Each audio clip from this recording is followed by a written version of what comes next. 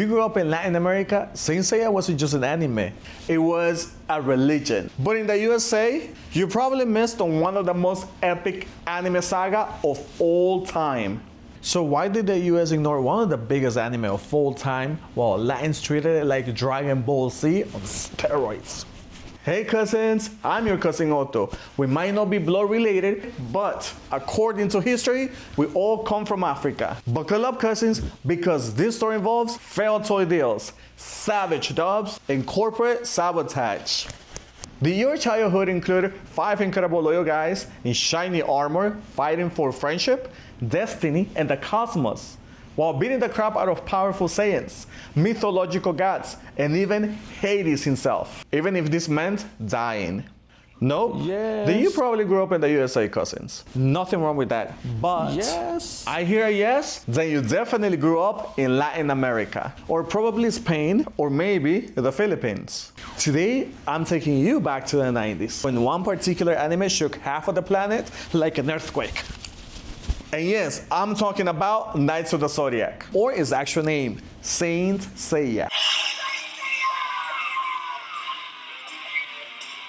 In the 90s, anime was booming. It was the perfect time for anime. For those of you who didn't get a chance to watch Saint Seiya, not your fault, picture this. Greek mythology, astronomy, astrology, cosmos, reincarnation of god and goddesses plotting on destroying everything in existence and becoming the ultimate ruler of the universe. However, ruling the universe won't be that simple. Thanks to the birth of our heroes, Seiya, Shiru, Hyuga, Shun, and Ikki, whom were stripped away from their childhood and shipped away as kids under gruesome and inhumane circumstances in order to win one of the bronze armors called cloth. Such cloth represent a different constellation and they possessed mystical powers. Only those who were chosen as Saiyans could wear them.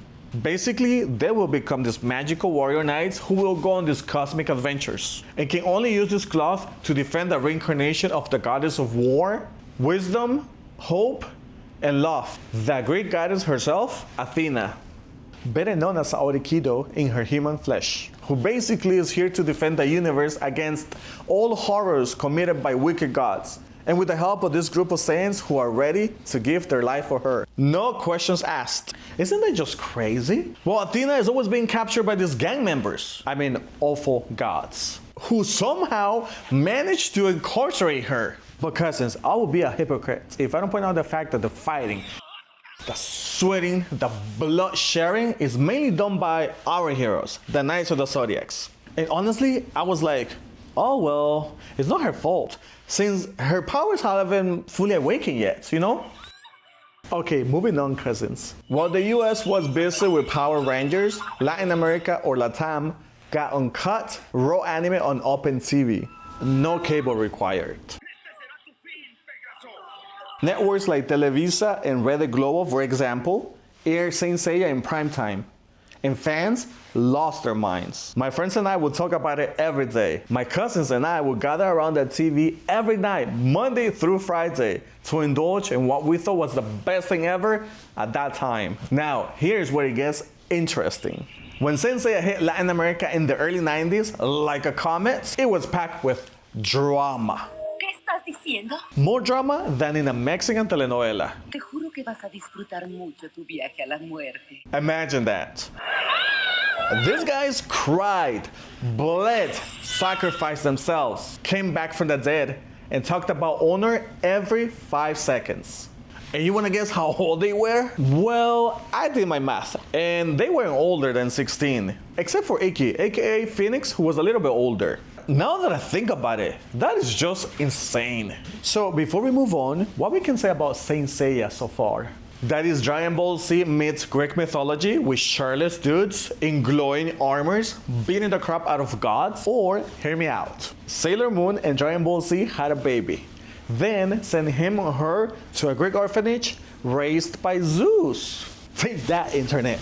Anyways, now it's time to talk about the dub that made history. I think most of the anime in Latin America, if not all, were dubbed in Mexico back then. That might have changed later on, after other dubbing companies realized the magnitude, the potential, and the impact anime had on everyone. So as you can see, cousins, Latin America was really invested in the world of anime. Things like loyalty, friendship, fighting against destiny, it resonated hard with them. Plus the Spanish and the Portuguese dubs,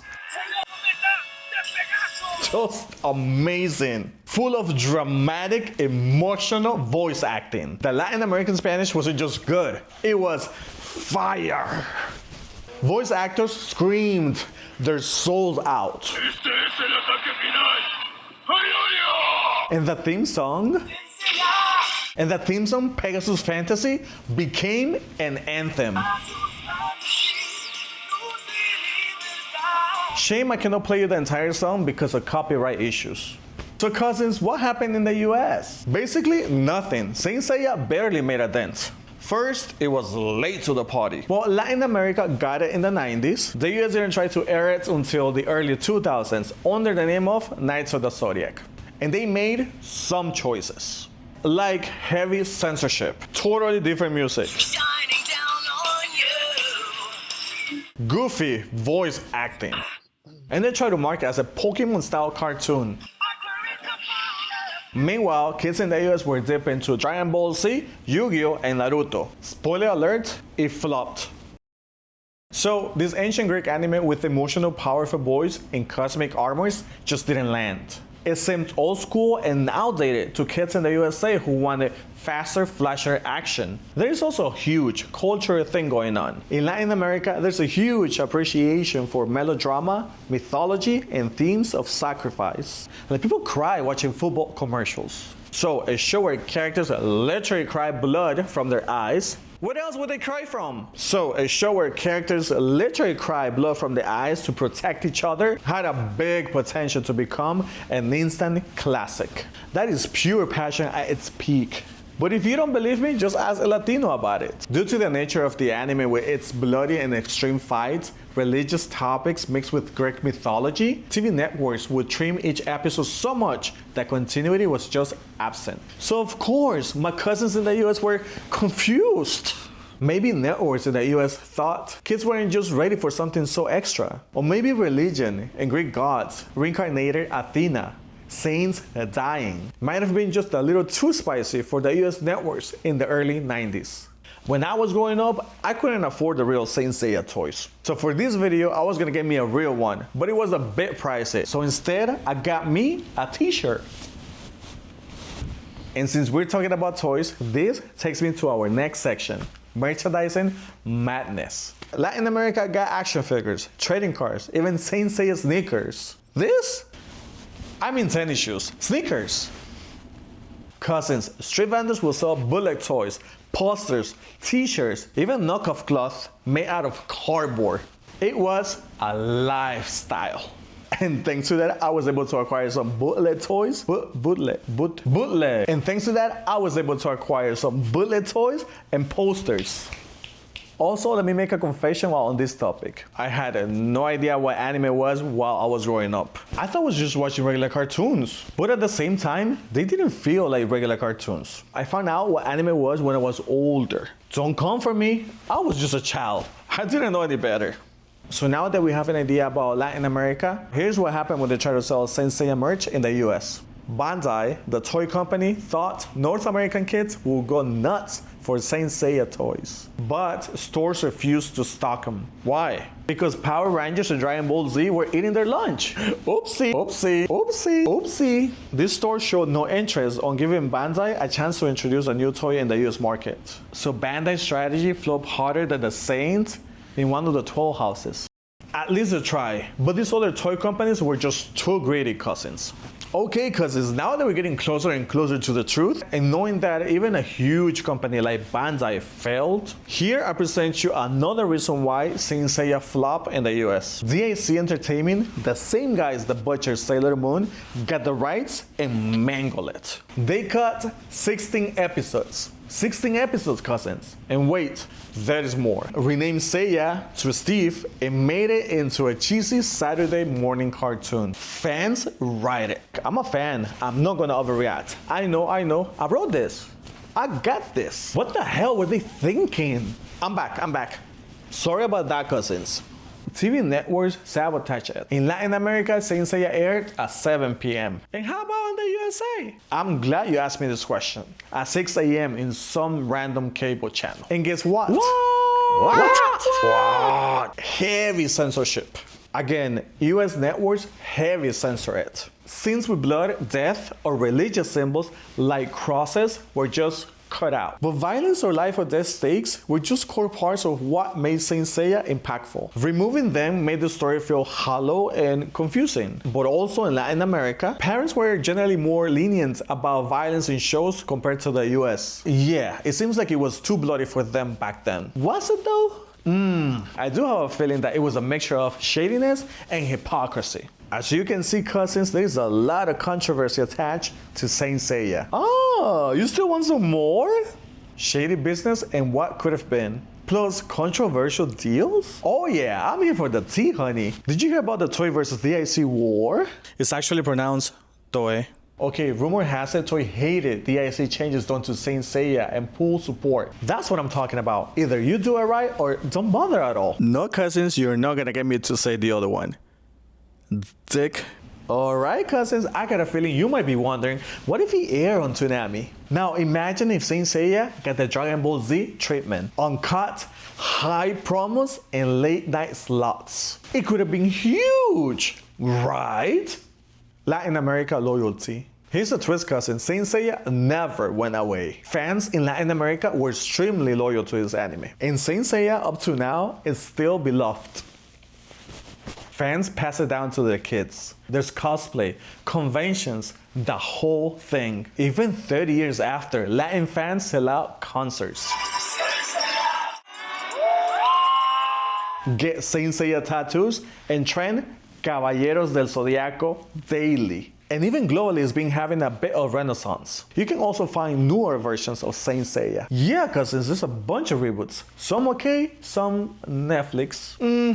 I don't know. And it's not because we don't have the main protagonists attached to the other versions, or wait, I know what you're thinking.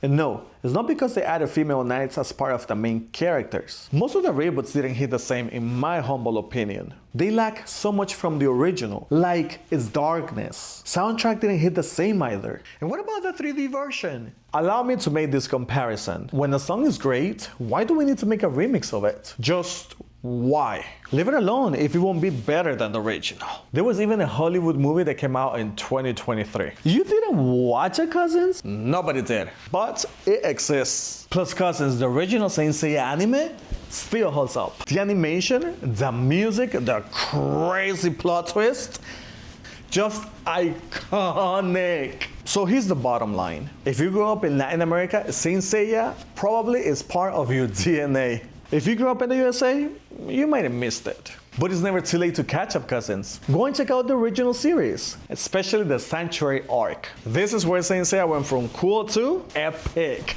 Epic. Grab some popcorn and prepare to cry. And maybe, just maybe, awaken your seventh sense. So, in conclusion, was it bad dubbing, greedy toy companies, or just bad timing? Let me know in the comments, and if you want more content like this, smash the subscribe button. And hey, if you grew up watching Saint Seiya and still tear up when you hear this, this video is definitely for you. You are not alone. Like, subscribe, hit the bell again, and let me know which is your favorite Saiyant or Caballero del Zodiaco. I'm your cousin Otto. It's been a pleasure, and I'll see you, cousins, on the next video. Can you wrap it up? The video's already over.